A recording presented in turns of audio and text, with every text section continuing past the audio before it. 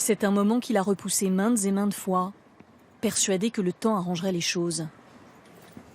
Mais aujourd'hui, Patrick Lambert a rendez-vous chez un avocat. Bonjour, bonjour maître. Comment allez-vous? Vous allez bien? À 69 ans, il veut divorcer. Alors donc il y a combien d'années de mariage, rappelez-moi, vous m'aviez dit? Eh bien, le 7 juillet prochain, ça fera 45 ans.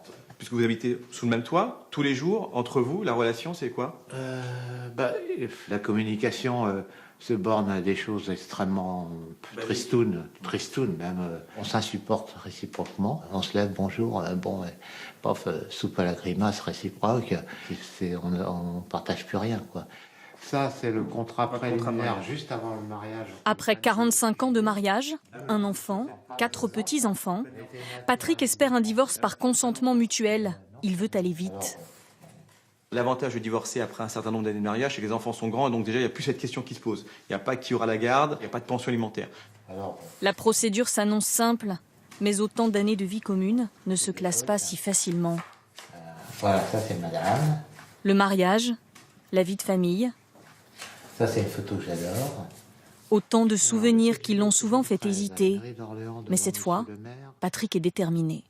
À 69 ans, vous dites, je suis pas à l'aube de ma vie, hein, je suis au crépuscule, donc autant que ça soit apaisé. Voilà. C'était une belle histoire et elle est finie. Voilà. Une belle rencontre, voilà. Elle a duré longtemps. Divorcé dans la dernière partie de sa vie, le choix n'est pas facile, mais ils sont de plus en plus nombreux à prendre cette décision. En 10 ans, le nombre de divorces de seniors a doublé. Avec l'espérance de vie qui s'allonge, le temps de la retraite semble ouvrir de nouvelles perspectives.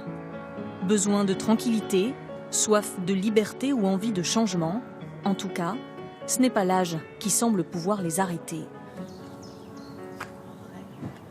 Il y a 5 ans et demi, Françoise Mérès a décidé de tout plaquer. Un matin, son mari était en déplacement. Avec quelques amis, elle a fait ses valises. J'avais fait une liste de ce que je devais emmener.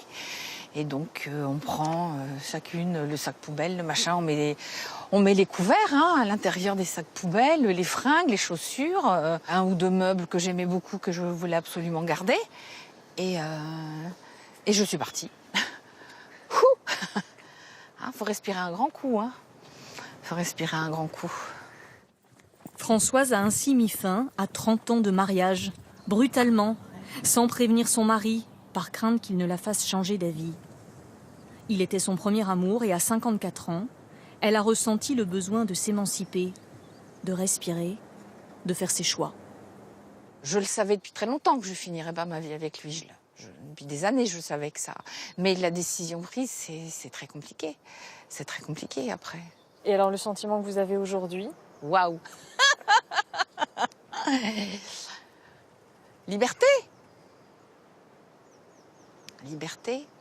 Je suis là, je suis près de la nature. Ou même je vais au cinéma toute seule. Je pars en vacances toute seule. Mais c'est parce que ça me permet d'apprécier et de pas avoir de contraintes. Sans avoir la peur de la vieillesse et de la vieillesse seule? Alors là, ça... Pas du tout. Non, du tout. Un divorce, comme une évidence. Alors pourquoi avoir attendu si longtemps? À cet âge, le patrimoine, plus conséquent, est souvent un frein à la séparation. En pratique, Françoise a quitté une grande maison pour un appartement beaucoup plus petit. Elle a renoncé à une vie financièrement très confortable. Ça, c'est Charlotte quand elle est née. Puis là, c'est Nicolas. Pendant 15 ans, c'est pour ses enfants qu'elle est restée. Comme pas mal de mamans, je crois, j'ai attendu que les enfants soient autonomes. Ouais. Donc les enfants sont passés avant. Quand Françoise a quitté le domicile conjugal, sa fille Charlotte avait 21 ans. Elle n'a rien compris. Très en colère, la jeune femme n'a pas parlé à sa mère pendant des mois. Et tout récemment encore, la vente de la maison familiale est pour elle difficile à admettre. Moi, la maison familiale, ça allait être une maison qui allait durer. Aujourd'hui, je peux vous dire que j'ai vraiment du mal. J'ai vraiment du mal. C'est bizarre, j'ai la gorge serrée du coup. Mais non, vraiment, la maison, c'est vraiment un sujet où c'est vraiment, ça fait vraiment mal. Françoise ne regrette rien, mais c'est une page à tourner. Pour Patrick aussi. Quelques jours après son rendez-vous chez l'avocat, lui a décidé de plier bagages pour s'installer dans sa maison de campagne. Cette fois, ce n'est pas pour les vacances. Son départ est définitif. Et il a décidé d'emporter très peu de choses. La tête est déjà un peu encombrée. Voilà. Alors en boucle. Allez. Dans quelques heures, il sera loin de sa future ex-femme, mais aussi de sa fille et de ses petits-enfants. Pour l'instant, c'est le sentiment d'échec qui domine, mais il assume son choix et ses envies. Profiter de la nature, du beau temps, des promenades, espérer faire de belles rencontres.